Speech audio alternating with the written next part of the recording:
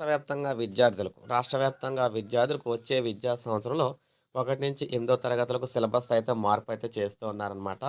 NCERT సిలబస్‌కు అనుగుణంగా రూపకల్పన.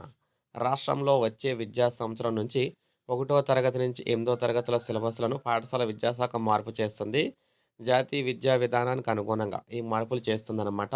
1-5 తరగతులకు సంబంధించి 40% సిలబస్ మారుతూ ఉండగా 6, 7, 8 తరగతుల్లో పూర్తి సిలబస్‌లో మార్పు చేస్తుంది. దీనికి సంబంధించిన కసరత్తును రాష్ట్ర విద్యా పరిశోధన శిక్షణా మండలి చేపట్టింది.